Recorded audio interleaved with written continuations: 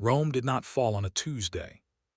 It did not fall at all, in the way that buildings fall suddenly, completely, with a specific moment you could point to and say, "There, that was it, that was the end." The fall of Rome was more like the way a fire dies. Not one moment of extinguishing, but a long, slow reduction of light and heat across decades, the fire getting smaller and colder and dimmer, until at some point you looked at what was left and understood that the warmth was gone. The year 476 AD is the date historians give for the fall of the Western Roman Empire. On September 4th of that year, a Germanic general named Odoacer deposed the last emperor of the West, a boy named Romulus Augustulus, and did not appoint a successor. He sent the imperial regalia to Constantinople and told the Eastern emperor that the West no longer needed an emperor of its own.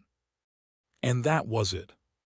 No dramatic battle, no burning of the city, no moment of final defeat that anyone at the time particularly marked as the end of Western civilization. Just a general sending a boy into exile and a set of administrative decisions not being made anymore. But the world that produced that quiet administrative ending had been changing for a very long time. And the people living through the change mostly didn't know they were living through the end of something. They were just living. Welcome to Dull Tales. Tonight we're going to spend time in the late Roman world, not in 476 but in the decades before it and around it, in the specific human experience of living in a civilization that is contracting, of being a person in a world where things that used to work don't work as well anymore, where the familiar is becoming unfamiliar, where the question of what comes next is being answered slowly, by the weight of events rather than by anyone's decision. This is one of the most important historical processes in the history of the world, and it is almost entirely misunderstood. Before we go in, subscribe if Dull Tales is your late-night companion. Leave a comment, tell me where you're from, and whether you think the fall of Rome is relevant to anything happening today, because it always comes up, and the answers are interesting. Let me ask you a few things first. Did ordinary Romans in, say, 420 AD know that their civilization was ending? Did they feel it? Did they wake up one day and think, "This is the beginning of the Dark Ages"? What did the barbarian invasions actually look like from inside a Roman city? Were the Germanic kingdoms that replaced Rome dramatic violent ruptures, or were they something more complicated and more gradual? What happened to the Roman city, the physical city, the buildings, the water system, the roads in the period after the empire contracted? Who maintained it, and what happened when the maintenance stopped? Was the fall of Rome a catastrophe? Was it a transformation? Was it both? And does the answer depend entirely on who you were? And the question that connects history to the present: what does the experience of living through an empire's decline actually feel like, from the inside, day by day? Tonight we find out. Congratulations! You've just woken up in the city of Rome in the year 410 AD. The city is still functioning. The markets are still open. The aqueducts are still bringing water. The Church of St. Peter is under construction on the Vatican Hill across the Tiber. And approximately 6 weeks from now, a Gothic king named Alaric is going to walk through the gates of the city. For the first time in 800 years, Rome will be sacked. Let's go in. Let me start with the city in 410. Because the Rome of 410 AD was recognizably Rome, the same city we visited in Nero's time 3.5 centuries earlier, and also significantly changed. The world had shifted around the city in ways that showed in its buildings and its population and its mood. The population was smaller. The city that had held 1 million people in the 1st and 2nd centuries had contracted to perhaps 800,000, perhaps less. The demographic pressure was not dramatic, not a collapse, just a slow decline over generations that meant more empty apartment buildings, more abandoned warehouses, more market spaces that were less full than they had been. The emperor was not in Rome. This is the detail that people miss most often when they think about late Roman Rome. By the late 4th and early 5th century, the emperor spent almost no time in the city of Rome. The actual governing of the empire happened in Milan, in Ravenna, in Constantinople, the strategic locations that made administrative and military sense, not the symbolic heart of the empire. Rome was a city of monuments and ceremony and the church in memory, but it was not the center of power. The center of power was Ravenna in 410, where the Emperor Honorius was, and where he was making a series of decisions that would contribute significantly to what was about to happen. Honorius is, by the historical consensus, not one of the more impressive figures in the imperial succession. He was 36 years old in 410. He had been emperor since he was 10. He was governed, for most of his adult reign, by the general Stilicho, a man of mixed Vandal and Roman parentage who had held the Western Empire together through a combination of military competence and personal authority. In 408, Honorius had Stilicho executed on charges of treason. The charges were probably false. The execution removed the most competent military commander in the West at precisely the moment when the most competent military commander in the West was most needed. Alaric and his Gothic forces were already in Italy. Let me introduce you to a Roman citizen of 410. Her name was Proba. She was approximately 60 years old. She was one of the most wealthy and aristocratic women in Rome, a member of the Anician family, one of the great Christian families of the late empire, whose wealth and influence extended across several generations. She was also a widow, managing a household and a fortune of considerable size. She was a Christian. In 410 AD, Christianity was not the marginal sect it had been in the 1st century. It was the state religion of the Roman Empire. Constantine had converted in 312, and the empire had gradually but thoroughly Christianized over the century that followed. The Rome of 410 was a Christian city in a way that the Rome of Nero's time was not. The great churches were being built. The bishops were political figures. The theological debates that occupied the intellectual class were theological debates. Proba was not simply a wealthy Roman matron attending church. She was an active participant in the religious culture of her time.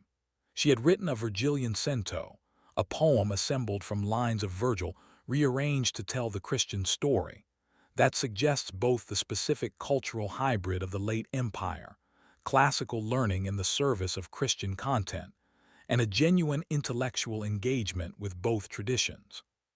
She was managing her household in the summer of 410. She knew what was coming. The Gothic forces had been in Italy for 2 years.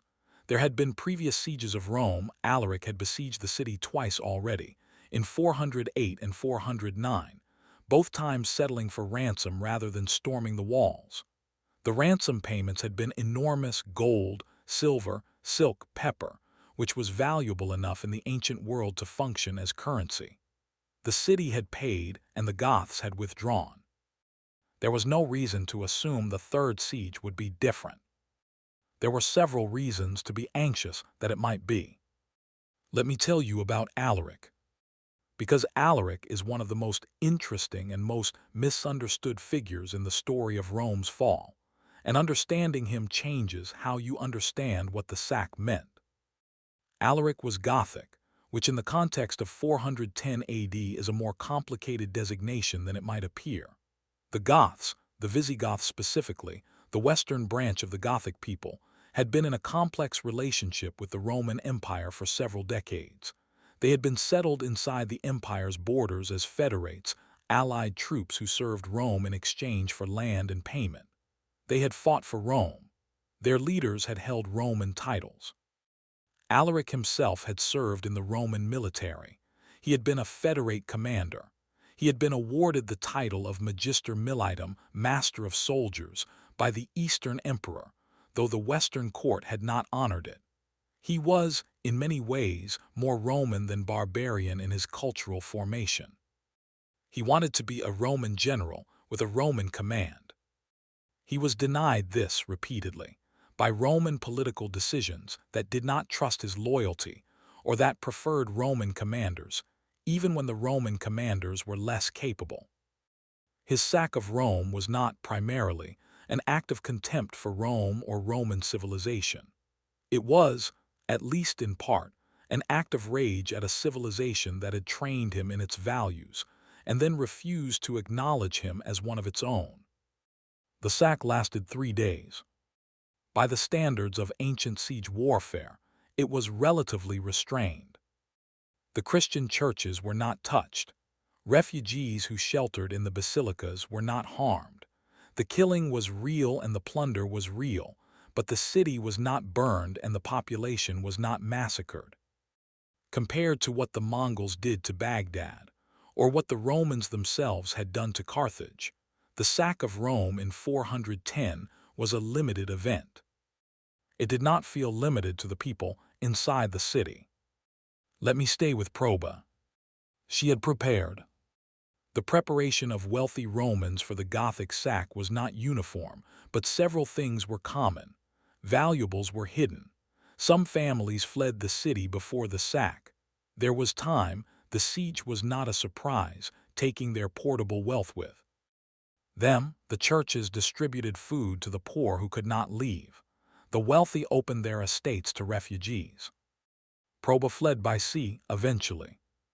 She is documented in the historical record as having taken a significant number of household members, clients, enslaved people, freed persons with her when she left Rome, ending eventually in North Africa, where she would spend her final years.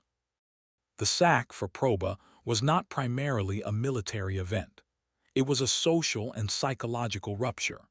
The city that had been the center of the world, not politically anymore, but symbolically, culturally, in the deep sense of what Roman identity meant, had been violated. Jerome, writing in his monastery in Bethlehem when the news arrived, described his reaction with a specific quality of shock that goes beyond the political. My voice sticks in my throat, and as I dictate, sobs choke my utterance. The city which had taken the whole world was itself taken. The city that had taken the whole world was itself taken. For Jerome, and for the Roman elite across the empire, the psychological shock of 410 was not just that Rome had been sacked. It was that something had happened that was supposed to be impossible. The eternal city had proved not to be eternal. Let me now take you forward in time. Because the story of Rome's decline is not the story of 410. It is the story of what happened across the next 60 years, as the Western Empire contracted, as the Germanic kingdoms that replaced Roman administration established themselves, and as the Roman world became something different. Let me take you to approximately 450 AD. The province of Gaul. Gaul, the territory roughly corresponding to modern France, Belgium, and parts of Germany, had been Roman for 5 centuries. It had been Romanized so thoroughly that the specific characteristics of the province were Roman characteristics. The cities had their forums and their baths and their amphitheaters. The elite spoke Latin and wore Roman dress and practiced Roman law.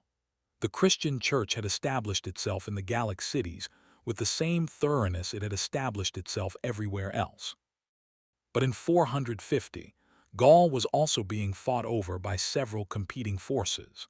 The remains of Roman administrative authority, the Visigothic kingdom in the southwest, the Burgundians in the east, and Attila and the Huns, who were moving west with a force that the historical record describes as one of the most destructive military operations in European history.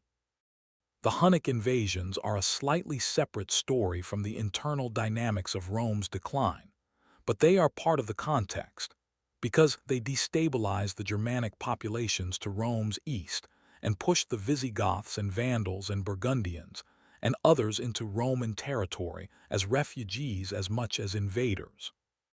In a Gallic city in 450, let us say the city of Autun in central Gaul, A man named Quintus Aurelius was trying to do something very specific and very unremarkable. He was trying to get the grain distribution functioning again. The grain distribution system, the annona, the specific Roman state mechanism for ensuring that the urban population had access to bread, had been disrupted by the multiple competing authorities claiming the same tax revenues and the same infrastructure. The roads that brought grain to the city were still the same Roman roads. The warehouses were still the same Roman warehouses. But the administrative system that had managed the movement of grain from the countryside to the city was operating at reduced capacity, because the administrative system had been damaged by the political disruptions of the past decades. Quintus Aurelius was a city official, a defensor civitatis, one of the local officials who had become more important in the late empire as the central administration weakened, local officials filling some of the gaps. He was not a historical figure in the sense of being recorded. He is a composite of the kind of person that the late Roman provincial administration produced in large numbers, the educated, Latinized, Christian Roman provincial, who managed the day-to-day reality of the empire's decline with varying degrees of success. He was trying to get the grain distribution functioning. He was having limited success. Not because the physical infrastructure was gone, the roads were there, the warehouses were there, but because the system that made the infrastructure function, the record-keeping, the tax collection, the coordination of multiple moving parts, was running on reduced capacity because the people who staffed it had fewer resources, less authority, and more competition from the various military forces claiming control of the region. He wrote letters. He sent messengers. He negotiated with the local Gothic military commander, who was technically in a different authority structure, but who controlled movement on the roads and therefore had something to do with whether the grain got through. The negotiation was productive in a limited way. The grain came partially eventually. Some people ate adequately. Some did not.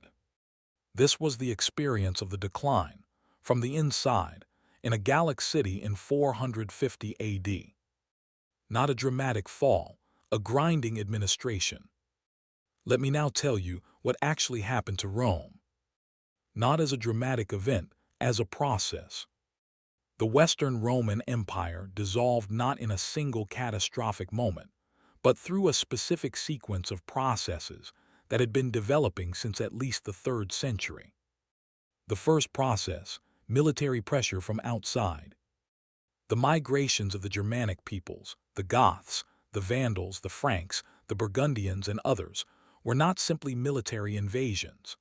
They were large-scale population movements, partly driven by their own internal dynamics and partly by the Hunnic pressure from further east. These peoples were not uniformly hostile to Rome. Many of them admired and sought to join Roman civilization.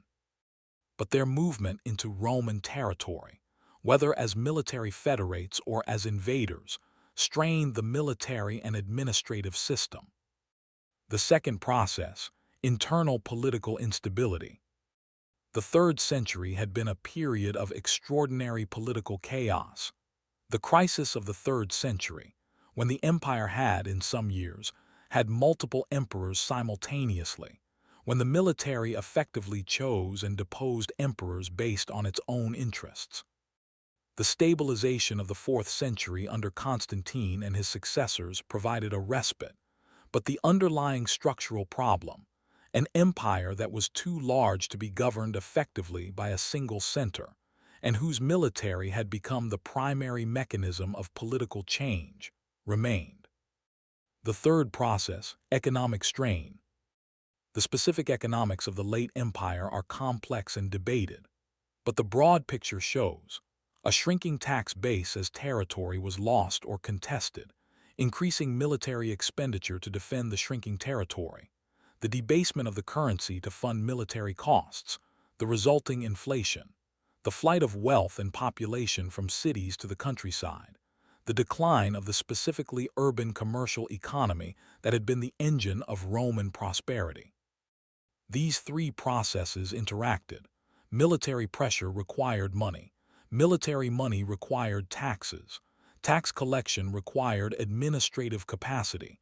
Administrative capacity required stability. Stability required military success. The cycle was not self-sustaining. It became progressively less self-sustaining over the 4th and 5th centuries.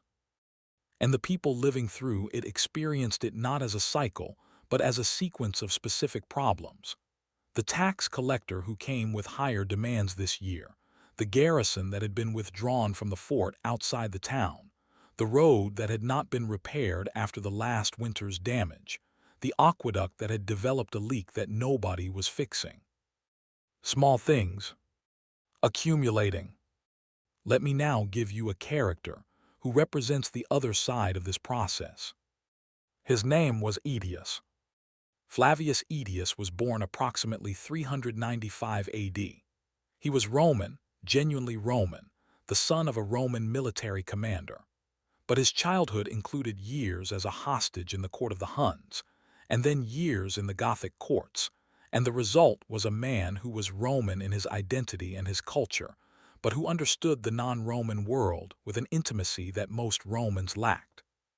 He became the dominant military commander of the Western Empire in the 430s and 440s, managing the complex web of Roman authority, Gothic federates, Burgundian allies, and Hunnic threat, with a skill that earned him the title Last of the Romans from later historians. He defeated Attila. At the Battle of the Catalonian Plains in 451 AD, Aetius organized a coalition force of Romans and Gothic federates and various other Germanic allies, and stopped Attila's advance into Gaul. It was not a final defeat of the Huns. Attila withdrew, raided Italy the following year, and died in 453. But Aetius had saved what remained of Roman Gaul. He was then assassinated by the Emperor Valentinian III, who feared his power. 6 months later, Valentinian III was himself assassinated, by two of Aetius's followers taking revenge. In 2 years, the empire had lost its best general and its emperor. The historical record preserves one final moment of clarity about what Aetius's death meant. When Valentinian III killed Aetius, a court official reportedly said to him, "I do not know whether you have acted wisely, but I know that you have cut off your right hand with your left." The empire that killed its most competent defender, because it feared his power, had already told you what kind of empire it was going to be in the years that followed. Let me take you inside a Roman city in the 460s. The city of Clermont-Ferrand in Gaul. The bishop of this city is a man named Sidonius Apollinaris. Sidonius is one of the most remarkable figures of the late Roman world, and he is remarkable precisely because he is so Roman in a world where Rome was ending. He was educated in the classical tradition. He wrote poetry. He maintained an extensive correspondence in the elaborate rhetorical Latin of the Roman literary tradition. He was also negotiating, in his capacity as bishop, with the Visigothic king Euric for the survival of his city. Sidonius's letters survive. They are one of the most vivid documents of the late Roman world, precisely because they show a man of complete Roman cultural formation, dealing with the reality that the world his formation prepared him for was dissolving around him. He writes about the Goths with the specific ambivalence of someone who has to deal with them daily. He finds some of them admirable. He finds their culture alien and somewhat alarming. He maintains, in the correspondence, the specifically Roman pose of cultural superiority while negotiating with the men who have the military power that he lacks. He also writes about the ordinary life of the late Roman provincial city, with a specificity that makes his letters invaluable as historical documents. The markets are still operating. People are still buying and selling. The church calendar is being observed. The literary culture, attenuated, is still alive. Sidonius circulates poems, receives poems, participates in the specific social world of educated late Roman men who are still managing to find time for rhetoric while the world changes around them. He was captured when Clermont-Ferrand fell to the Goths. He survived. He died in approximately 489 AD, approximately 50 years after the nominal fall of the Western Empire, still writing letters, still maintaining the Roman literary culture in a world that was no longer Roman in any political sense. The culture outlasted the empire. This is one of the most important facts about Rome's fall. The fall of the Western Roman Empire did not end Roman civilization. It transformed it. The Germanic kingdoms that replaced the Roman administrative structure adopted enormous quantities of Roman practice. They used Roman law in adapted forms. They absorbed the Roman Church, which was the institution that most completely maintained the Roman administrative and cultural tradition through the transition. They maintained and sometimes continued the Roman road network, the Roman city infrastructure, the Roman agricultural organization of the land. The Franks, who eventually consolidated power in Gaul under Clovis, and his successors were not Romans, but they governed in a Roman-derived legal and administrative framework through Roman-derived institutions, with Roman Catholic Christianity as their ideological foundation. The Rome that died in 476 was the Rome of the emperor and the legions and the centralized administrative state. The Rome that survived was everything else. Let me now give you the perspective of a Roman in 476. His name was Marcus Aurelius Cassiodorus, the grandfather of the more famous Cassiodorus, who would become one of the most important figures of the transition period. The grandfather was a financial official in the late empire, one of the administrative functionaries who kept the machinery running. In September 476, when Odoacer deposed Romulus Augustulus, what did he experience? He experienced a change of boss. The administrative apparatus in which he worked continued. The taxes still needed to be collected. The grain still needed to be managed. The correspondence still needed to be written. Odoacer was not interested in abolishing the Roman administrative system. He was interested in controlling it. The people who ran the system were still the people who ran the system. They were now running it for a new master who was Germanic rather than Roman. But their daily work was largely unchanged. The fall of Rome, from inside the administrative apparatus, felt less like a catastrophe and more like a reorganization. This is the truth that later ages, looking back on 476 as a world historical turning point, often miss. The people who lived through it mostly didn't know they were living through the end of the Roman Empire. They were living through a change of political administration, which was not the first change of political administration they had experienced, which was one of a series of political disruptions that had been occurring for several decades. The apocalyptic quality of the fall of Rome is a retrospective imposition. The people in 476 were trying to get the grain distribution working. Let me now bring you slowly toward the close, because the fall of Rome is a story that has a very long end. The Eastern Roman Empire continued. What we call the Byzantine Empire, the continuation of the Roman Empire in the East, centered in Constantinople, governed by emperors who called themselves Romans, and considered themselves the legitimate continuation of the empire, continued until 1453. We visited its end in our Constantinople episode. So Rome, in the most literal sense, did not fall in 476. Half of it fell in 476. The other half continued for another 1,000 years. But the western half-specific character, the urban, commercially organized, Latin-literate, legally sophisticated civilization that had produced the Forum and the Baths and the Aqueduct and the Thermopolium, That civilization went through a genuine transformation in the 5th and 6th centuries that produced something recognizably different. The cities got smaller.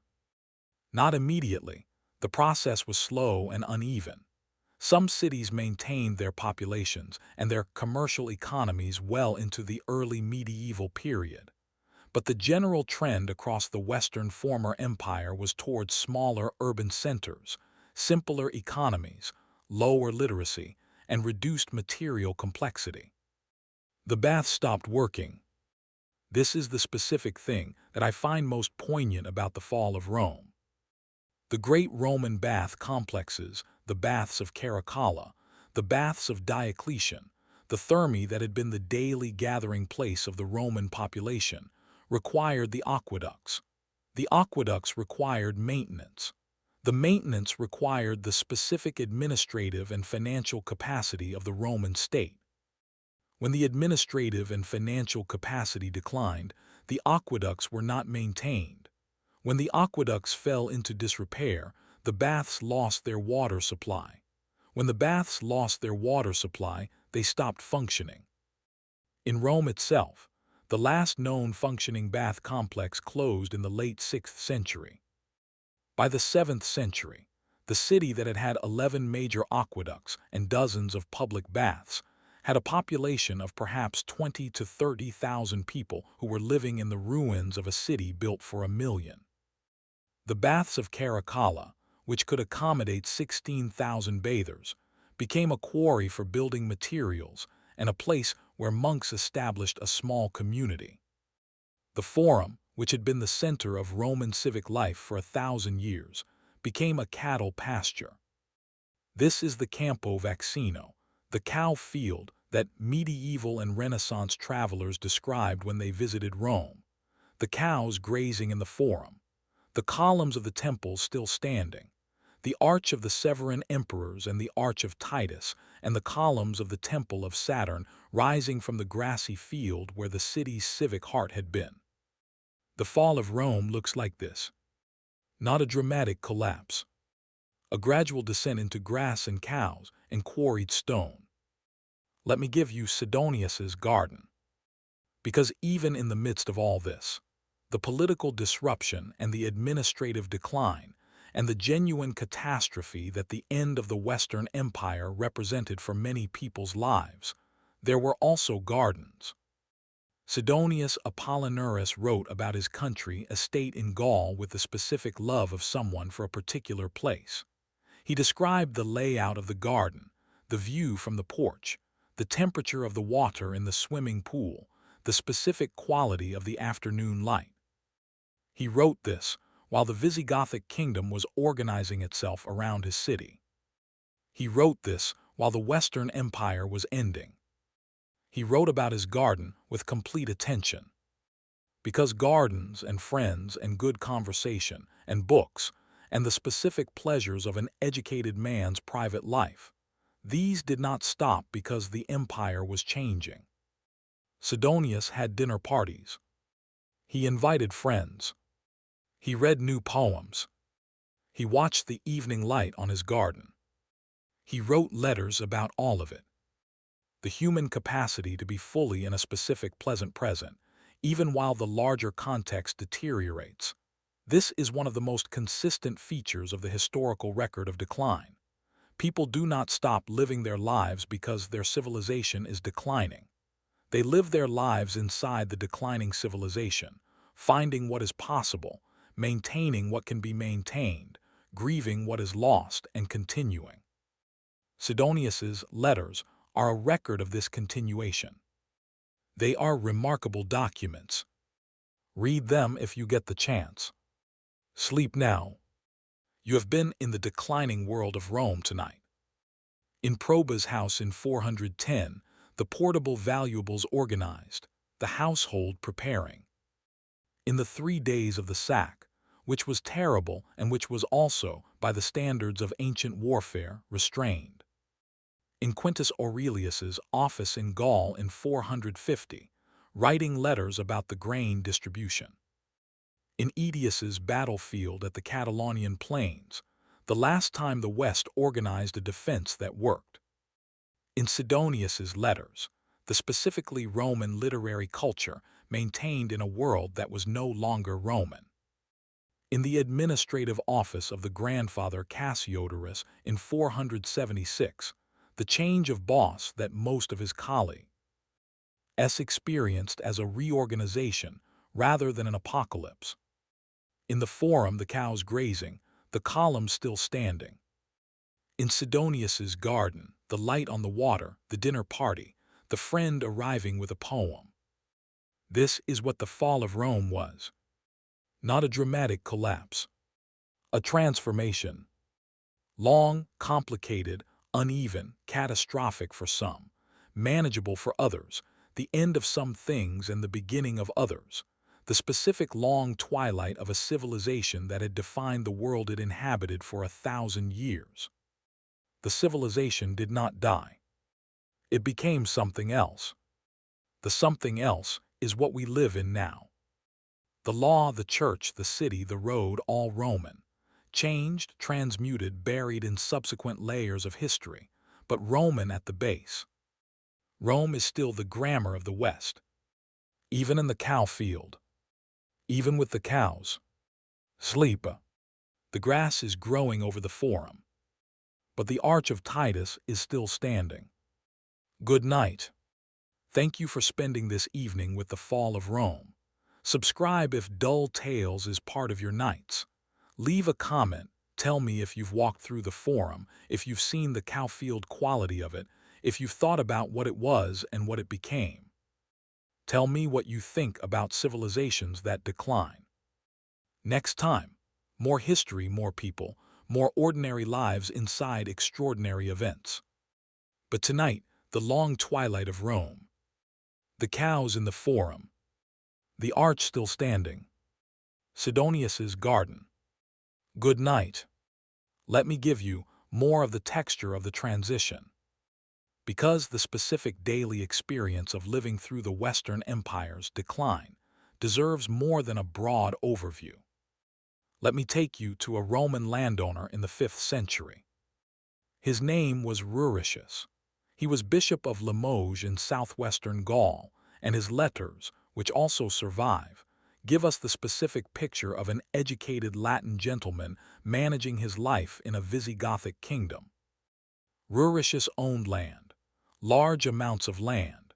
This was the specific form that wealth had taken in the late empire as the commercial urban economy weakened, the flight to the land, the great estates that became the economic organizing units of the post-Roman West.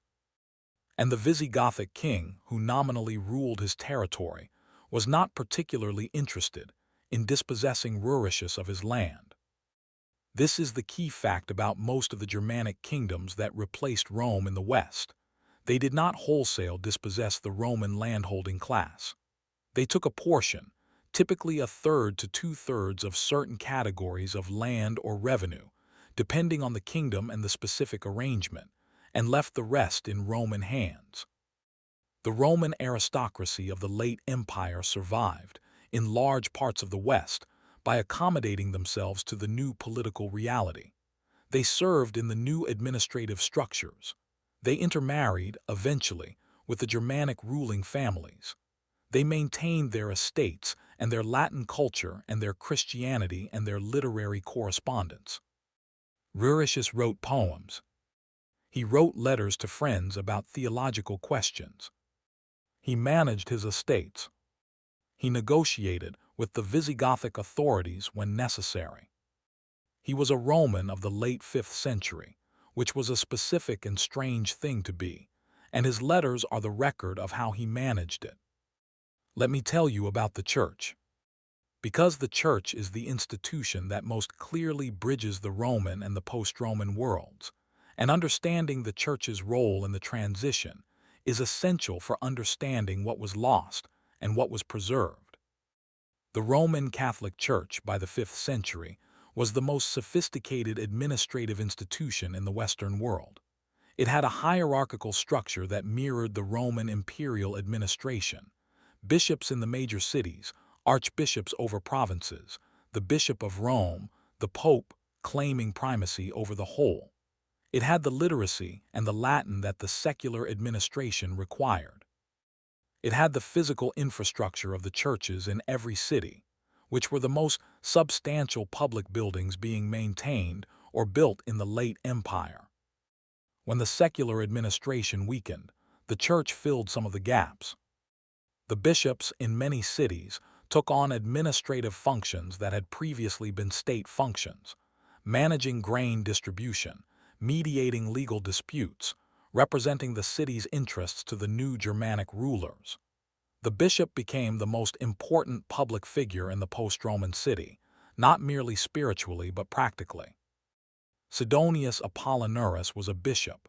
Ruricius was a bishop. The pattern was consistent. The educated Roman man who might in an earlier generation have pursued a career in imperial administration was, in the 5th and 6th centuries, pursuing a career in the church, which was where the administration actually was. The church preserved the Latin literary tradition, the scriptorial, in which monks copied manuscripts, was not simply preserving religious texts, but was maintaining the whole classical inheritance, the Virgil and the Cicero, alongside the Bible and the patristic writers. The church preserved Roman law. Canon law was Roman in its structure and method, and the church's legal tradition carried Roman legal practice into the medieval world. The church preserved Roman administrative practice. The specific skills of organization and correspondence and record-keeping that the Roman state had developed were maintained in the episcopal administration. Rome fell. The church survived. And through the church, an enormous amount of Rome survived with it. Let me now give you the barbarians from the inside. Because the Germanic peoples who replaced Rome are usually depicted from the outside, from the Roman perspective, as threats, as destroyers, as the agents of the fall. What did they look like from the inside? The Visigoths who sacked Rome in 410 were not, as I noted, entirely non-Roman. Alaric's people had been inside the empire for decades. Many of them spoke Latin. Many were Christian, Arian Christians, in the specific form of Christianity that the missionary Ulfilas had brought to the Goths in the 4th century, rather than the Nicene Christianity that the Roman Empire had adopted as orthodoxy, but Christian. They had Roman military organization. They used Roman weapons. They were led by men who had held Roman titles. In the decades after 410, the Gothic kingdoms of the West were not simple replacements of Roman civilization with something alien. They were hybrid structures, Roman and Gothic, Latin and Germanic, Christian and tribal, the specific fusion of two cultures that had been in contact for a century before the formal political transition. The specific experience of a Visigothic warrior settling on land in southern Gaul in the 420s was not the experience of an alien conqueror imposing himself on a foreign culture. It was the experience of someone who knew the culture, had been shaped by it, and was now becoming part of it in a new way. He probably spoke some Latin. He might have worn Roman-style clothing some of the time. He had fought in the Roman army. He was also Gothic, which meant he had his own language, his own customary law, his own social structures, his own specific traditions. The fusion of these was not immediate. It took generations, but it was a fusion, not a replacement. Let me tell you about the roads. Because the Roman road system is one of the most durable physical legacies of the empire, and what happened to the roads in the transition period tells you something important about the nature of the decline. The Roman road network was approximately 80,000 kilometers of paved roads across the empire, connecting every province, every city, every military installation. It was the communication and commerce infrastructure of a civilization, and its construction represented one of the most significant engineering investments in the history of the ancient world. The roads were not destroyed when the empire fell. They were still there. The Via Appia, the Via Aurelia, the Via Flaminia, the great arteries of Roman Italy, were still usable in the 5th century, the 6th century, and beyond. The roads themselves were durable. The paved surface, the drainage ditches, the milestones, these were physical things that did not require administrative maintenance to remain physically present. What required maintenance was the repair of damage, the potholes, the sections where frost heaving had disrupted the paving, the bridges that storms damaged, and this maintenance required administrative capacity and resources that the declining Western Empire and the successor states could provide only partially. The roads degraded. Not immediately, not uniformly. Some sections were maintained better than others. Some sections degraded into tracks and then into paths. But the roots remained. The specific line on the landscape that the Romans had established, the straightest possible path between 2 points, regardless of the terrain obstacles, which Roman road engineering had solved with the specific technology of embankments and cuttings and bridges. This line remained in the landscape even when the paving was gone. Medieval roads in Europe often followed Roman routes. Modern roads often follow medieval roads. The Roman road from Rome to Brindisi and the modern Italian highway between the same cities are, in significant stretches, the same path. The roads outlasted the empire. Some of them outlasted the empire by 2,000 years. Let me give you the economic picture. Because the economic history of the decline is one of the most debated topics in Roman historiography, and the debate is interesting. The question is essentially, how much of the fall of Rome was economic, and what exactly happened to the Western economy? Why, as the empire declined? The evidence suggests the economy of the Western provinces contracted significantly over the 4th and 5th centuries. The specific evidence includes the decline in the volume of amphorae, the large ceramic vessels used for transporting oil, wine, and garum, found in archaeological sites.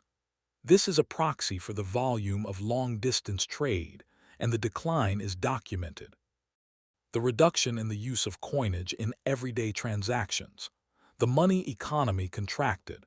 Barter and the exchange of goods in kind became more prevalent. The decline in the quality and quantity of pottery in common use. The specific diagnostic of archaeological poverty. The replacement of fine manufactured ceramics with locally made, lower quality wares is visible across the Western provinces. The decline in literacy. The specific skills of reading and writing, which the Roman commercial economy required and which the education system had provided, became less common as the economic incentive for them declined. What happened was not a sudden collapse, but a gradual simplification. The complex, interconnected, monetized economy of the High Empire, the economy of Marcus the plasterer and Lydia the textile manufacturer, and the Thermopolium and the fish market, and the Circus Maximus, and the import of luxury goods from across the known world. This economy simplified over the 5th and 6th centuries into something more local, more agricultural, more limited in its geographic scope and its commercial sophistication. Not everywhere and not at the same pace. But the direction was consistent. The cities got smaller. The commercial life contracted. The people who would have been Marcus or Lydia in the 2nd century became the peasant farmers and the small village craftsmen of the early medieval period. Let me now give you the other perspective. The perspective from which the fall of Rome was not a fall at all. The people who were enslaved in the Roman world outnumbered the free poor and the middle class combined. For them, the question of whether the Roman Empire survived or not was a question about which set of masters was in charge. The people who lived in the provinces that Rome had conquered, Gaul, Britain, Spain, North Africa, the Balkans, had been under Roman domination for 400 years, in some cases. Their Roman identity was a centuries-old imposition, however thoroughly it had been internalized. For many rural populations across the western provinces, the Germanic kingdoms that replaced the Roman administration were not obviously worse than the Roman administration had been. The tax burden was sometimes lower. The coercive apparatus was sometimes less extensive. The specific cultural impositions of Romanization, the Latin language, the Roman legal system, the Roman religious practices, were sometimes maintained and sometimes relaxed in ways that the local populations accommodated differently. The fall of Rome looks different depending on who you were in the Roman world. For the senatorial aristocracy who had ordered the world, it was a catastrophe. For many of the people the senatorial aristocracy had ordered, it was a change of management. This does not mean the change was always better. In many places and for many people, the economic contraction that accompanied the political transition made material life worse, at least in the short term. But it also does not mean the change was uniformly catastrophic. History is always happening to multiple people simultaneously, and those multiple people have different experiences of the same event. The fall of Rome is no exception. Let me now give you the Britain story. Because Britain is one of the most dramatic examples of what the fall of Rome actually meant in terms of material civilization, and it is the example that most clearly illustrates the range of possible outcomes. Roman Britain, the province of Britannia, had been under Roman control since approximately 43 AD. In that time, it had been transformed into a Roman province with Roman cities, Roman roads, Roman villas, Roman law, Roman Christianity. In 410, the Emperor Honorius, the same Honorius who was in Ravenna while Rome was being sacked, apparently sent a letter to the cities of Britain telling them to look to their own defense. He may have been responding to a different set of cities. The text is ambiguous, but the practical result was that the Roman administrative and military presence in Britain effectively ended around this time.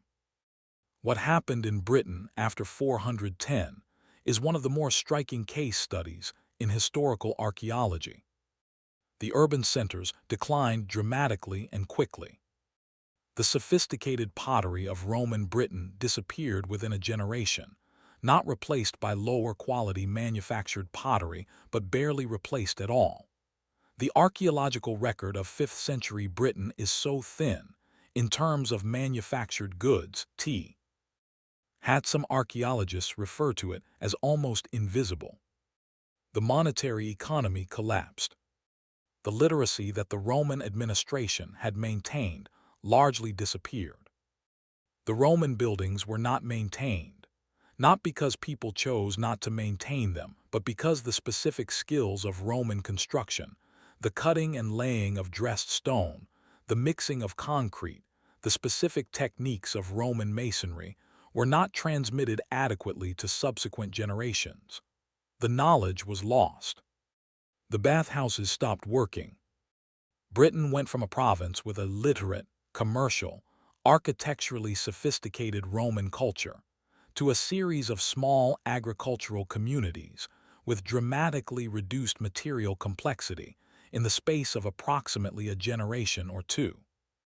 This is the sharpest version of what the fall of Rome meant. It is also not the universal version. Gaul did not fall this way, Spain did not fall this way, North Africa did not fall this way. But Britain is the test case, the place where the specific dependency of Roman civilization on its specific administrative and economic infrastructure was most clearly demonstrated by what happened when that infrastructure was removed. The Roman civilization in Britain was not self-sustaining. It was a product of the empire, and when the empire withdrew, it did not persist. And now truly the close. You have been in the long twilight of Rome tonight. Not the dramatic fall, not the burning city, not the apocalyptic ending that the retrospective imagination provides. The real thing, which was longer and slower and more complicated and more human. Proba organizing her household and eventually fleeing by sea.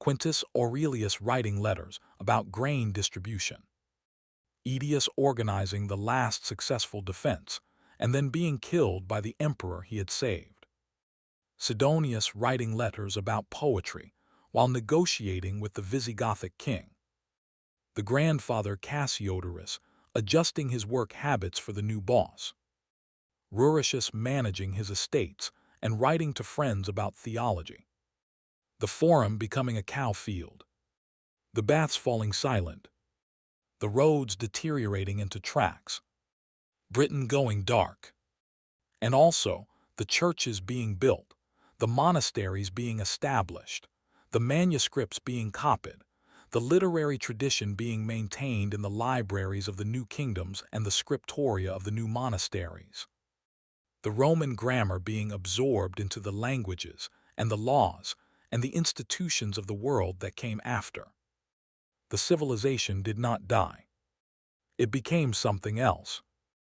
And the something else became us.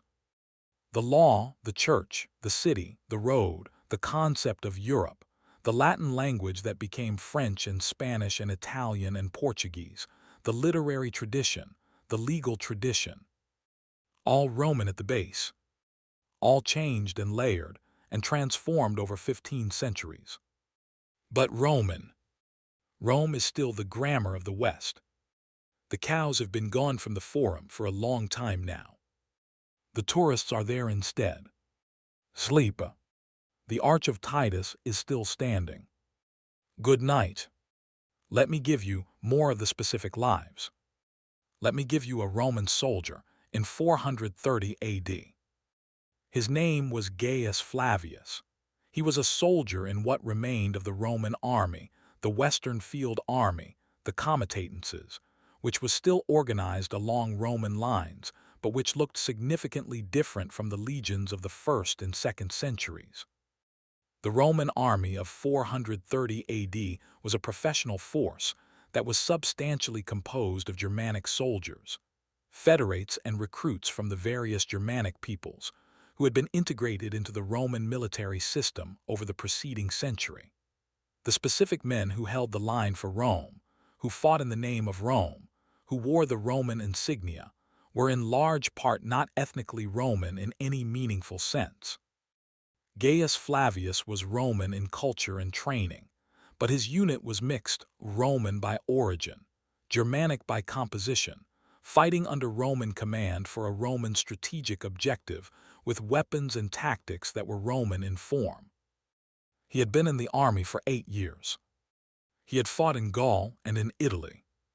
He had fought beside Gothic federates who were technically fighting for the same emperor he was. His relationship to those federate soldiers was complicated, a combination of professional respect, cultural difference, and the specific solidarity of people who have shared danger. He ate the same food they ate. He slept in the same camps. He fought beside them. He did not entirely understand them. They did not entirely understand him. They all served Rome, which was the specific thing that held the complicated mixture together. When the Western Empire ended, what happened to Gaius Flavius? The historical record does not tell us about specific individuals of his social position in such detail. What we can say is, the soldiers of the Western Roman army were incorporated to the successor states. Their Roman military training and their Roman military organization were useful to the Germanic kings. The transition from serving the empire to serving Odoacer or the Visigothic king or the Burgundian lord was not necessarily dramatic for the individual soldier. The pay might have changed. The chain of command certainly changed. But the daily reality of a soldier's life, the barracks, the training, the patrol, the occasional campaign, continued. Gaius Flavius, in the world after 476, was a soldier of a Germanic kingdom rather than a soldier of the Roman Empire. The difference in his daily life was probably less than the difference implied by the historical significance of the change. Let me give you the children. Because the children of the declining Roman world were growing up in a world that was changing, and what they grew up to be was different from what the previous generation had been. A child born in Gaul in 430 AD was growing up in a world where the Roman administration was weakening. The schools were smaller. The literary culture was less accessible. The economic incentives for Latin literacy were declining. A child born in Gaul in 460 AD was growing up in a Visigothic kingdom.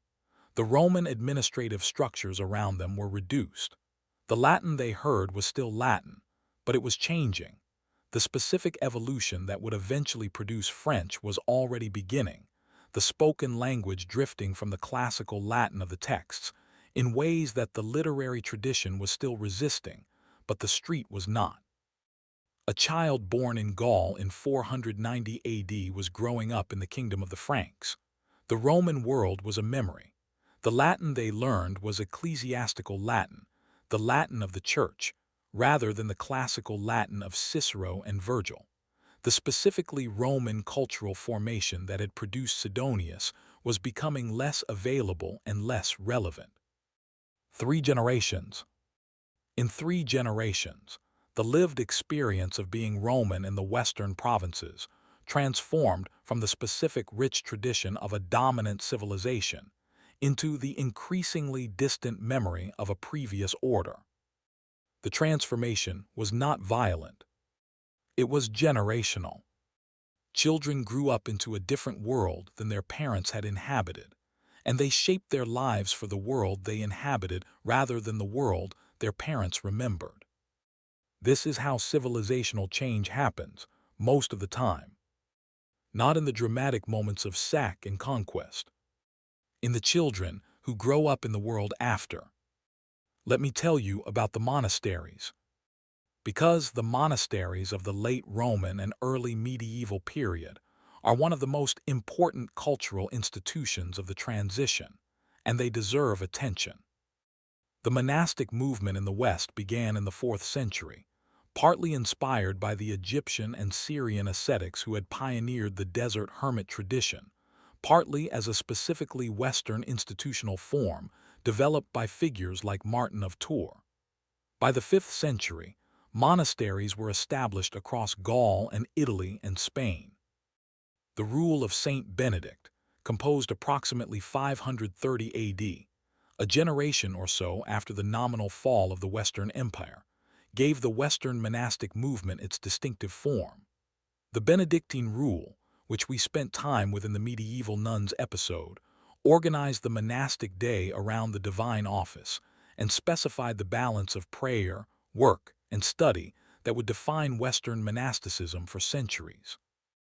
The monasteries were conservative institutions in the most literal sense. They conserved. The manuscripts that the monasteries copied over the early medieval centuries, the Virgil, the Cicero, the Tacitus, the Pliny, alongside the Christian texts, are the primary reason we have those texts at all. The transmission of classical learning through the early medieval period depended on the specific institutional commitment of Benedictine monasteries to the copying and preservation of manuscripts. The monks who copied Tacitus in the 8th or 9th century were performing an act of cultural conservation that connected their world to Rome in a way that would not have been possible without their specific institutional commitment.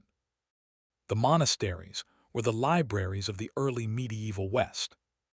Without them, the classical inheritance would have been far more fragmentary than it is. Let me give you the specific smell of the late Roman world. Because we spent time with the smell of the city of Rome in the 1st century, and the late Roman world had its own olfactory character. The late Roman city was smaller and less intensively commercial than the high empire city. The fish market was still there. The bread was still being baked, but some of the specific intensity of the 1st century city, the concentrated commercial energy of 1 million people in a compact urban space, had dissipated. In its place, more wood. Smoke, as the use of stone and concrete construction declined relative to timber. More animal smell, as the urban agricultural boundary became more porous. More incense, as the Christian Church's liturgical practice filled the major public spaces. The smell of late Roman Gaul was different from the smell of late Roman Rome, which was different from the smell of late Roman Constantinople, which was different from the smell of early medieval Britain, where the specific indicators of Roman commercial culture had essentially disappeared. The smell changed with the civilization. The incense, however, spread everywhere. The church was everywhere. The church smelled of incense. The post-Roman world smelled, in its public and official moments, of incense. Let me now give you the most human moment of the whole decline. It is a story from the period just before 476. A Roman official named Julius Nepos, one of the last legitimate emperors of the West, who was deposed in 475 by his own general and replaced with the boy Romulus Augustulus, fled to Dalmatia after his deposition and continued to claim the title of emperor. He was recognized as legitimate emperor by the Eastern court. He was not recognized as emperor by anyone who could actually do anything with that recognition in the West. He lived in Dalmatia for several years, continuing to call himself emperor, continuing to issue edicts and receive letters in his official capacity. He was emperor of a territory in Dalmatia. The empire he claimed extended, nominally, across the western provinces that were now governed by Germanic kings, who paid varying amounts of attention to the nominal Roman imperial authority. He was assassinated in 480, 4 years after Romulus Augustulus had been deposed, and 4 years after the date historians usually give for the fall of the Western Empire. Julius Nepos was the last legitimate Western Roman emperor. He was killed by his own household officials in his palace in Salona, Dalmatia. He was not killed in a battle or a siege or a dramatic historical moment. He was killed by people in his household. The Western Empire ended like that. Not with a bang. Not even particularly with a whimper. In a palace in Dalmatia by people he knew. And now the close. The fall of Rome was a long story. It began well before 476, and it continued well after. It produced genuine catastrophe in some places, Britain going dark, the Vandal sack of Rome in 455, which was worse than Alaric's sack, the Vandals being less restrained, the Hunnic devastation of large areas of Gaul and Italy. It produced remarkable continuity in others, the Visigothic kingdom maintaining much of Roman Gaul's administrative structure, the church preserving the literary tradition, the Roman law persisting in adapted forms across the successor states. It produced, over several centuries, something entirely new, the specific hybrid civilization of the early medieval West, the Christianity-organized, Latin-influenced, Germanic-flavored world that was the ancestor of everything that came after. The people who lived through it were not historical actors performing the drama of Western civilization's decline. They were people trying to manage their grain distribution and maintain their estates and write their letters and educate their children in a world that was changing faster than any single generation could fully process. Sidonius wrote to his friends about books and poems and the quality of the wine at a recent dinner party. He was also watching his world end. Both things were true. This is always the human situation. The world we are living in is always changing, always in some sense ending and beginning, always larger than our ability to comprehend it from inside. We live in the present. We do not always know what the present is the beginning of, or what it is the end of. Sidonius did not know. Proba did not know. We do not know. We live our lives in the present. We water our gardens. We write our letters. We have dinner parties. We do not know what comes next. This is the human condition. It is also, specifically, the condition of anyone who has ever lived through a period of genuine historical change. They are all of us. We are all of them. Sleep. The Arch of Titus is still standing. The cow field is now the Forum again, or as close to it as archaeology and tourism can make it. The roads are still there, under the asphalt. Rome is still the grammar. Good night.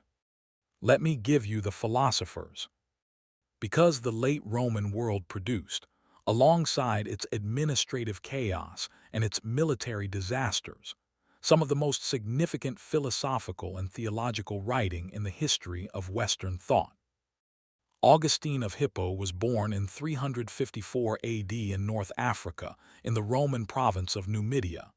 He was educated in the classical tradition, trained in rhetoric, and spent his early career as a teacher, and then as a court rhetorician in Milan. He converted to Christianity in 387, was baptized by Bishop Ambrose of Milan, and eventually became Bishop of Hippo in North Africa. When the Visigoths sacked Rome in 410, Augustine was in Hippo. The shock of 410 reverberated across the Roman world. The pagan intellectual tradition blamed the disaster on Christianity, the abandonment of the old gods, who had protected Rome for 1,000 years, for a new foreign god who had not.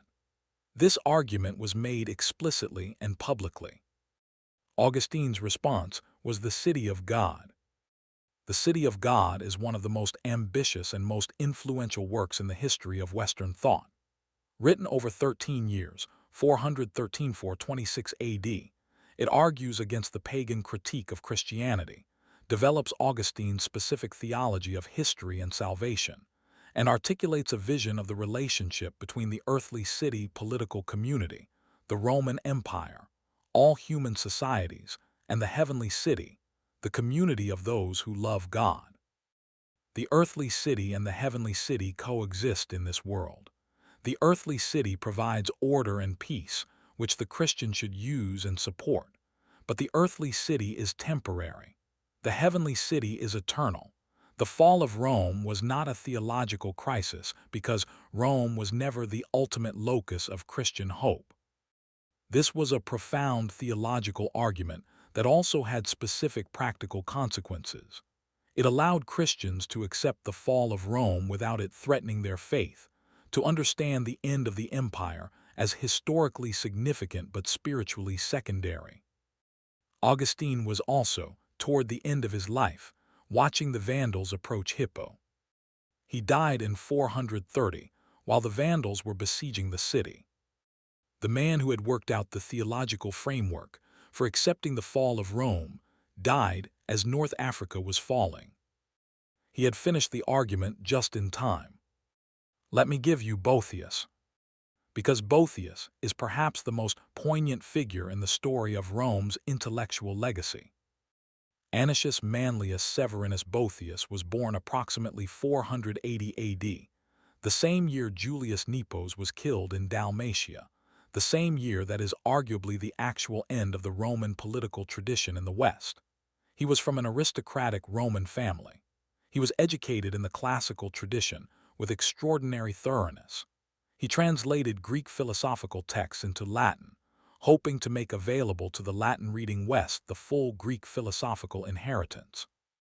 He served in the administration of Theodoric, the Ostrogothic king who ruled Italy from 493 to 526. He was a Roman aristocrat serving a Germanic king, maintaining the Roman administrative and intellectual tradition within the Ostrogothic kingdom. In 524, he was accused of treason. The charges were probably false, and imprisoned. In prison, awaiting execution, he wrote the Consolation of Philosophy. The Consolation is the dialogue between Boethius and the personified figure of philosophy, who appears to him in his cell and guides him through the question of why good people suffer in an unjust world. It is an argument about fortune, about providence, about the difference between the goods that fortune can take away and the genuine goods that are part of the soul. It is, among other things, a very Roman Stoic argument dressed in the late antique Christian world. Boethius wrote it in prison. He was executed before the work was complete, or approximately at the time of its completion. The Consolation of Philosophy became one of the most widely read books in the medieval period. It was translated into Old English by Alfred the Great. It was translated into Middle English by Chaucer. It shaped the medieval understanding of fortune and providence and the nature of true good. The last major original contribution of the Roman philosophical tradition to Western thought was written by a man in prison waiting to be executed, in the year 524, in the Ostrogothic kingdom that was the successor state of the Western Roman Empire. The specific beauty of this, the tradition maintaining its dignity in extremis, the philosopher writing his most important work in the cell before his death, the argument about accepting fortune's turns written under the worst of fortune's turns, is one of the things that makes the fall of Rome not simply a story of loss, but a story of what human beings do with loss. Boethius philosophized. He was killed. The book survived. The book is still being read. Let me give you Cassiodorus, the grandson of the man we mentioned earlier, the administrative official who adjusted to the change of boss in 476, was one of the most important intellectual figures of the transition period. Flavius Magnus Aurelius Cassiodorus Senator was born approximately 485 AD. He served in the Ostrogothic administration under Theodoric and his successors, becoming one of the most important ministers in the kingdom. He wrote Varii, a collection of official letters and documents from his years in administration, which is one of the primary sources for the history of Ostrogothic Italy. After the political situation in Italy deteriorated, the Byzantine Emperor Justinian launched the Gothic Wars, which devastated Italy in the middle of the 6th century, in a conflict that did more damage to Italian civilization than the barbarian invasions had done. Cassiodorus retired to his ancestral estate in Calabria and founded a monastery called the Vivarium. The Vivarium was designed specifically for the preservation and transmission of learning. Cassiodorus equipped it with a library, organized the copying of manuscripts, and wrote the Institutions, a guide to both secular and religious learning, designed to help monks understand how to read and preserve the texts they were copying. He understood what was happening. He understood that the specific cultural infrastructure that had produced him, the schools, the libraries, the administrative context that made classical education useful, was ending. He tried to preserve what could be preserved. The Vivarium did not itself survive for very long as an institution after Cassiodorus's death. But the idea of the monastery as a library and a scriptorium, the monastery as a preservation institution, was taken up by Benedictine monasteries across the West. The manuscripts that Cassiodorus's monks copied survived even after the Vivarium itself closed. Cassiodorus died approximately 585 AD, more than a century after the nominal fall of the Western Empire, still copying, still preserving, still trying to transmit what had been. He was approximately 100 years old. He outlasted the empire he had served by more than a century. He kept writing. Let me give you the specific moment of dusk. The specific dusk in Rome, in approximately 500 AD. The city is smaller than it was. The population is perhaps several 100,000, down from the million of the High Empire. The streets have some empty buildings, some gaps where buildings have collapsed and not been rebuilt, some market spaces that are less full than they were a century ago. But the city is alive. The Tiber is still flowing. The churches, there are many churches now, the specifically Christian Rome that has replaced the specifically pagan Rome, are full in the evenings for Vespers.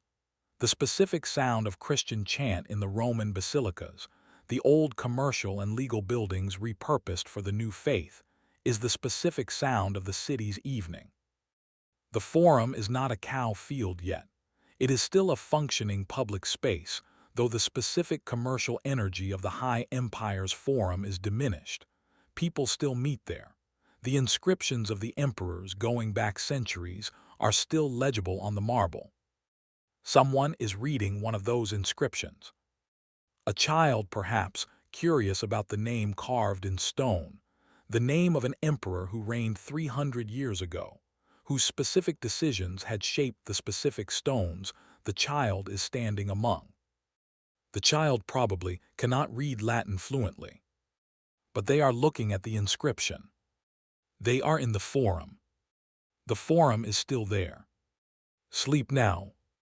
You have been in the long twilight of Rome for a long time tonight. In the summer of 410, with Proba organizing her household. In Gaul in 450, with Quintus Aurelius writing letters about grain. In the Catalonian plains in 451, where Aetius won and then came home to be killed. In Clermont-Ferrand, with Sidonius writing his letters about poetry and negotiating with Euric. In the administrative office in 476, the change of boss that most people experienced as a reorganization. In Augustine's cell in Hippo, writing the city of God as North Africa fell to the Vandals. In Boethius's prison, writing the consolation as he waited to be executed. In Cassiodorus's monastery, copying manuscripts for 100 years until the copies survived him. In the Forum at dusk, a child looking at an inscription in stone. In Sidonius's garden. These were all real. These people all lived. Their civilization did not die. It became something else. And the something else became us. The Western legal tradition. The Western literary tradition. The Western philosophical tradition. The Western religious tradition. The Latin languages. The city as the organizing unit of civilization. All of it Roman at the base. All of it changed and layered and transformed over 15 centuries. But Roman. The grammar persists. Sleep. The Arch of Titus is still standing. Good night. Thank you for being here for this. The fall of Rome is one of the most debated and most misunderstood events in the history of the West, and I hope tonight gave you a more human version of it than the dramatic textbook version. Subscribe if dull tales is part of your evenings. Leave a comment. Tell me if you think any of this applies to the present moment, because it always comes up. The comparison I find most interesting is, what does it feel like from inside to live through a civilization's transformation? The answer seems to be mostly ordinary, mostly daily, mostly the grain distribution and the letters and the garden. And also, occasionally, the arch that is still standing. Good night. Let me give you the Gothic Wars. Because the Gothic Wars of the 6th century, Justinian's reconquest of Italy, represent one of the most tragic chapters of the entire transition period, and it is not well known. In 533 AD, the Eastern Roman Emperor Justinian launched an ambitious project, the reconquest of the Western territories. He sent his general Belisarius to North Africa, which was quickly recaptured from the Vandals. Then Belisarius moved to Italy, beginning in 535. Italy was at this point the Ostrogothic kingdom. The Ostrogoths had maintained the Roman administrative structure. They had maintained the Roman senatorial class. They had maintained the literary and intellectual culture. Cassiodorus, as we have seen, served in their administration. Boethius served in their administration. The Gothic Wars were devastating to this relatively functional settlement. The conflict lasted approximately 20 years, 535 to 554. The fighting ranged across the entire Italian peninsula. Cities changed hands multiple times.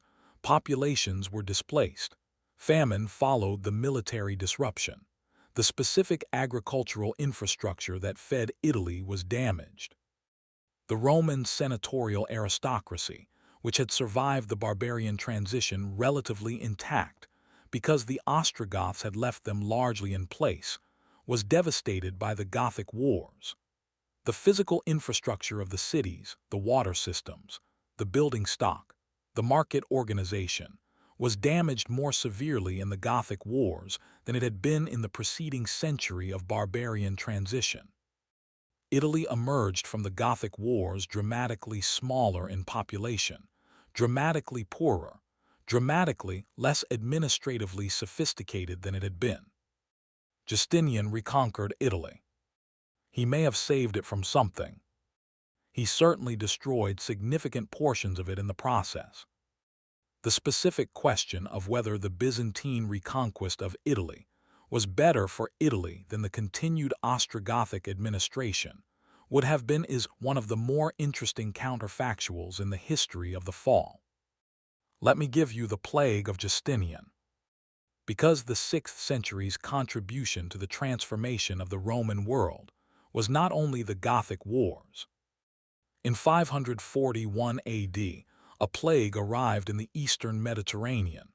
It spread rapidly through the densely populated cities of the empire, east and west. It killed enormous numbers of people. The plague of Justinian was the first major documented outbreak of bubonic plague in European history. It killed, at various estimates, somewhere between 25 and 50 million people across the Mediterranean world. Some cities lost a third to half their population. The population decline in cities that were already declining from the disruptions of the previous century was devastating. Constantinople, which had been the surviving center of Roman civilization in the East, was severely affected. The economic disruption caused by the death of so many people, the specific economic chaos that a sudden loss of 20 to 30% of the workforce produces, combined with the military disruptions of the Gothic wars and the Hunnic raids to create a 6th century crisis that was in some ways more severe than the 5th century transition. The world that emerged from the 6th century was significantly different from the world that had entered it. The medieval world that begins to be recognizable in the 7th century, smaller cities, more local economies, less literacy, the church as the dominant institution of public life, is the product of all of these processes combined. Let me give you the view from the present. Because the fall of Rome is one of those historical events that the present keeps returning to, and the returns are sometimes illuminating and sometimes misleading. The comparison of any contemporary situation to the fall of Rome is a recurrent intellectual move. The Roman analogy appears whenever empires decline, whenever democracies are challenged, whenever civilization seems to be under pressure. Sometimes the analogy is useful. Sometimes it is not. What is genuinely transferable from the Roman experience? Large, complex societies are not self-sustaining at high levels of complexity. The specific institutional, economic, and administrative infrastructure that makes a sophisticated civilization possible requires active maintenance. When maintenance fails, for whatever reason, complexity declines. This is a genuine historical observation. The decline of complexity is often gradual and is often experienced by the people inside it as a series of specific local problems, rather than as a grand civilizational arc. The institutions that survive transitions are often the institutions that were embedded in the most people's daily lives. The church in Rome's case, the specific institution that ordinary people interacted with daily, and that had the densest social and institutional roots. What is not straightforwardly transferable? The specific circumstances of Rome's fall were specific to Rome, the specific military pressures, the specific administrative decisions, the specific geography. The analogy can be drawn too loosely. in ways that make the comparison feel profound but obscure more than they reveal. The relationship between cause and effect in the fall of Rome is genuinely debated by historians after centuries of scholarship. Anyone who tells you simply and confidently why Rome fell is probably overstating their case. Use the Roman analogy carefully. It is illuminating when used carefully. It is misleading when used to score rhetorical points. Let me give you the one thing that most clearly survived. The Latin language. Latin did not die. It evolved. The spoken Latin of the late Roman provinces evolved across the medieval period into the Romance languages: Italian, French, Spanish, Portuguese, Romanian.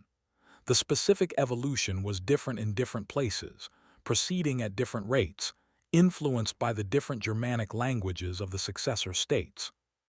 But the base, the Latin spoken by Marcus and Lydia and Rufus in the Rome of Nero's time, the Latin spoken by Sidonius in 5th century Gaul, the Latin of the Church's liturgy.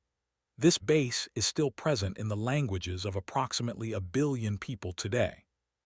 When a French speaker says nous for we and a Spanish speaker says nosotros, and an Italian speaker says noi, they are all using descended forms of the Latin nos. The same word in 3 different evolutionary paths, all from the same source. The language that the Roman Empire spread across Western Europe did not die when the empire died.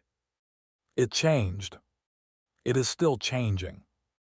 This is the most continuous thing about Rome. Not the Arch of Titus, though that is still standing. Not the road system, though some of it still underlies modern infrastructure. The language. Still speaking. Still in everyone's mouth who speaks a Romance language. Still in everyone's mouth who speaks English, which absorbed enormous quantities of Latin-derived vocabulary through French, after the Norman conquest, after the Renaissance recovery of classical texts. Rome is still speaking. In your mouth, in some of the words you use. The civilization is not dead. It is talking. Sleep. Good night. Let me give you one final person. One final life in the long twilight of Rome. His name is Gregory. He was born in Rome in approximately 540 AD, into a senatorial family, the old aristocracy, the people who had been running the Roman world for centuries and who were now running what remained of it. He trained as a lawyer and served as prefect of the city of Rome in 573, one of the most senior administrative positions in the city, a role that his ancestors had held in the High Empire, and that now existed in a Rome that was a shadow of what it had been, a city of perhaps 20 to 30,000 people, surrounded by the ruins of a city built for 1 million. He gave up his position. He converted his family palace on the Caelian Hill into a monastery. He became a monk. He was eventually elected Pope, Bishop of Rome, the most important position in the Western Church, in 590 AD. Pope Gregory the Great, is one of the most important figures in the history of the Western Church. He organized the missions that brought Christianity to the Anglo-Saxons in Britain. He reformed the Church's liturgy in ways that would last centuries. He wrote widely, and his works were among the most read texts in the early medieval period. He also negotiated with the Lombards, the latest Germanic people to invade Italy, who had arrived in 568, and who were a more immediate military threat than the Visigoths or the Ostrogoths had been. The Byzantine emperor in Constantinople was supposed to defend Italy but was unable to. Gregory, as Bishop of Rome, stepped in to negotiate with the Lombards and to feed the Roman population from the Church's resources. The Bishop of Rome, exercising the secular administrative functions that the weakening state could no longer provide. This is the medieval papacy in its origin. The Church filling the gap. The Roman administrative tradition maintained in the episcopal office. Gregory managed Rome's food supply, and Gregory negotiated with the Lombards, and Gregory organized missions to Britain, and Gregory reformed the liturgy. He did all of this from the Lateran Palace, the bishop's residence, in the city that the Senate and the emperors had once governed. He died in 604 AD. He had governed Rome as effectively as any emperor of the late imperial period. He had governed it as a bishop. This is the transformation. This is what the fall of Rome looked like from the other side. Not the collapse of civilization. The reconstitution of civilization in a different form.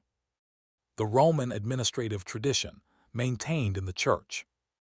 The Roman city organized around the bishop rather than the emperor.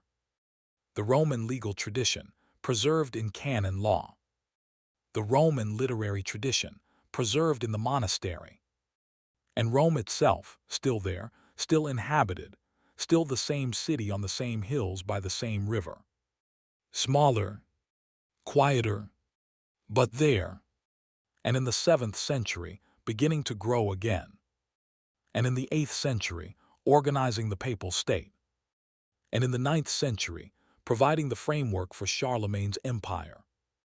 And in the 12th and 13th centuries, the papal city at the center of Western Christendom. And in the Renaissance, the recovery of the classical past that the monks had preserved. And in the present day, a city of approximately 3 million people built on and among and around the ruins of the ancient city. The eternal city. Not because it was never damaged. Not because it never fell. But because something in it kept going. Sleep. The Tiber is still flowing. The Arch of Titus is still standing. The city is still there. Rome is still the grammar. Good night.